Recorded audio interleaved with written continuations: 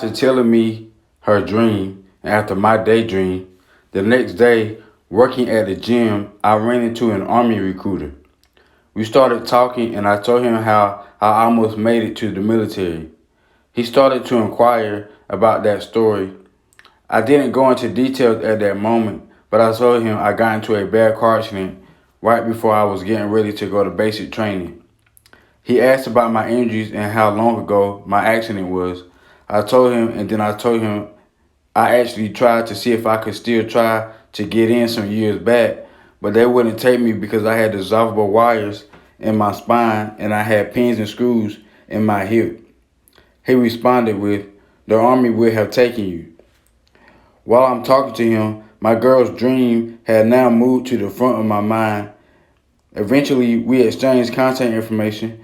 When I got home from work, I brought the idea up about me going to the Army. Then I told her about the conversation I had with the recruiter. I think this really excited her.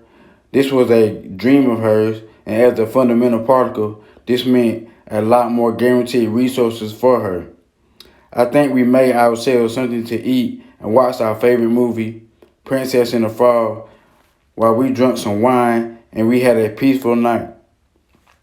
A few days later, I went to take the ASVAB, or the Armed Services Vocational Aptitude Battery. I scored so high that I would have to take it again to make sure there was no cheating.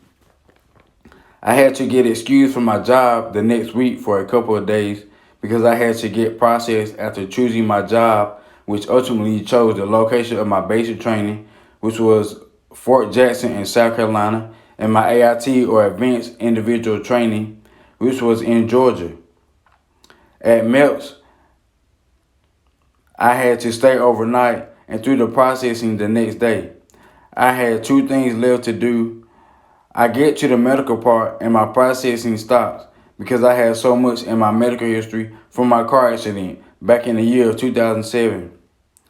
I was told that they need notes from the doctors back then and clearance. I ran into a problem due to COVID. The department that handled the records did not exist on campus because they all work from home. I was given an email to use for contact with that department, but I never got a response from them. So I continued my trend of moving forward in my life, assuming that I wouldn't run into this problem when I asked for time off to go to MEPS because I had my assignment that had me leaving in almost 2 weeks. I had asked my manager to put me on the schedule for one day so I could focus on training until I left.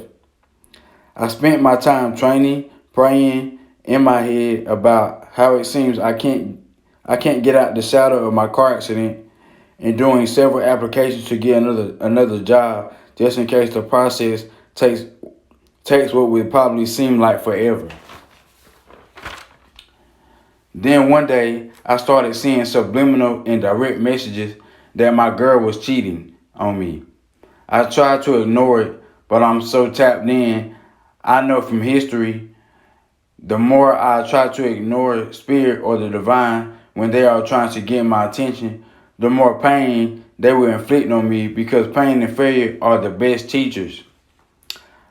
I bring the subliminal and direct messages up to her attention, and of course she denies. Spirit usually speaks to me through specific numbers, letters, or colors. If those three don't work, then the pain is the last resort. I think later that day we had sex, and when we finished, I got confirmation about her stepping out. I got up to go to the bathroom because I had to use it, and when I looked down, my private area was dark red. Just to make sure it wasn't due to blood, I grabbed myself, but there was no red fluids on me. I kept this scene to myself. The next day, just to confirm the confirmation, I had sex with her again, but this time no red, which confirmed the confirmation. She's still denying, but now I'm sleeping in the living room, wondering to myself when she was going to tell me and how she convinced me that she wasn't anybody from my past. That Sunday, I got baptized at church. Considering the things that I have been through, this was just what I needed to start a new story with my true love. I will soon find out if I'm fooling myself.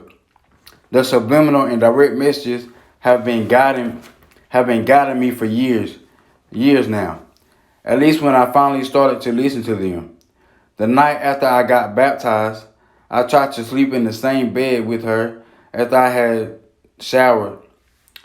When I laid down and pulled the covers over my body, my throat started to tighten up and close up, and I started to struggle with breathing.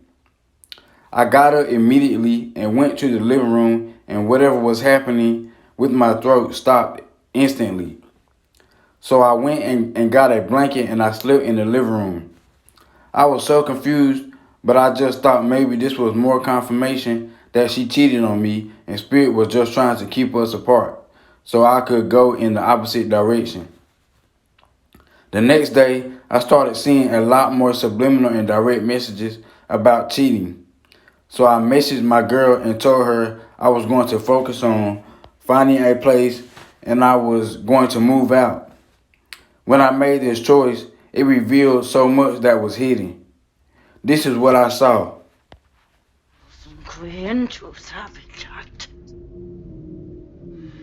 Et ego sum qui venet in nomine eius. Num patas me expellere sacerdos. Tenter. Ego te provo. In this movie, Emily was possessed by an evil and dark entity or spirit. When I first seen this movie, I was young and thought the movie was for entertainment purposes only. If you have seen the movie, you can recognize in the movie when this entity would take over and when it was Emily controlling her own thoughts and actions. When I made the choice to move out, she started treating me like shit.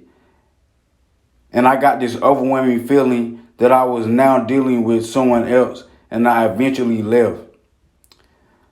When I fell asleep in my car, I kept having this dream about me being with a group of people. I have no idea who the group was. All I remember is whoever or whatever we was looking for, the people that had access to the person we was looking for, they kept telling us to cook food or clean something. We kept doing it and it was never enough. I immediately stopped everybody because I recognized that we were being used for our energy. And I woke up. I thought it was the weirdest dream ever. Right before I fell asleep, I remember seeing a message that read, God contracted you with them to destroy the entity attached to their family. Because of what was going on and my thoughts were in a million places, I wasn't able to put the puzzle together until recently. I think when I was doing all the chores at home, the entity attached to her was keeping her focused on everybody else. I think this is what the dream was trying to tell me. I think when I chose to get out because of my worth, it broke a curse that was attached to her bloodline and mine. When I went back to give her some things she bought me, she was a completely different person. When I got there, she opens the door and I immediately felt this very strong pull towards her. I kept my composure, but I could tell we both wanted and missed each other. Eventually, we do end up hugging and kissing, and when I do get ready to leave, she jumps in front of me. This sparks a conversation between us, and I found out that the friends that were coming in between us somehow betrayed her to a point that had her saying I was the only person in her life that showed I really cared. That conversation confirmed all the information I was getting from Spirit and my intuition. I finally left after about an hour or two. While sitting in my car full of my things, I started to contemplate how I always end up homeless because of how someone wanted to treat me. This made me go into a daydream about a part of my past that was created by someone else's actions.